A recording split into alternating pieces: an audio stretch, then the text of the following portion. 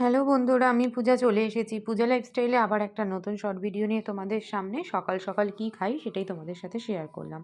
সকাল সকাল খাই ত্রিফলা। ত্রিফলাটা মনাও খায় আর আমিও খাই। গণেশ এই কোনো একদিন খায় হয়তো। এটা খেতে না ভীষণ তিতো হয়, আর যেহেতু এতটাই তিতো হয় তাই গণেশ এটাকে স্কিপই করে যায় বলতে পারো। আমিও তো একসময় তিতো একদমই খেতাম না, কিন্তু এখন মনে করি যে নিজের হেলথের জন্য কিন্তু অনেক কিছুই খেতে হবে, যেটা আমার শরীরের জন্য উপকার।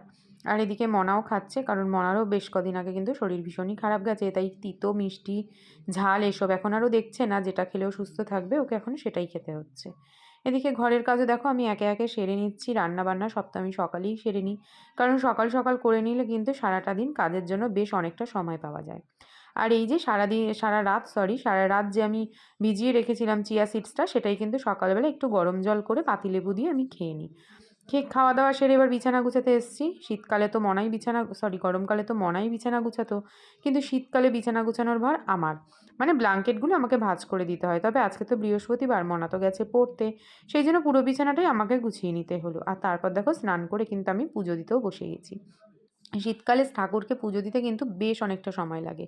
একে তো বৃহস্পতিবার, দুটো তিনটে ঠাকুরের বই পড়া, ঠাকুরের আসন পাল্টানো, ঘট পাতা, তারপরে রয়েছে ঠাকুরকে ভালো করে স্নান করিয়ে নতুন ঘাগরা, তার সাথে সোয়েটার পরানো।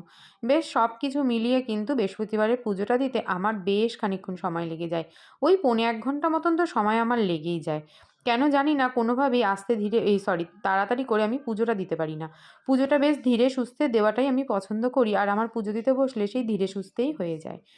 যাই হোক, এই ধূপকাঠিগুলো না এখন আমি রোজ সকালবেলা করে জ্বালাই, আমার বেশ ভালো লাগে।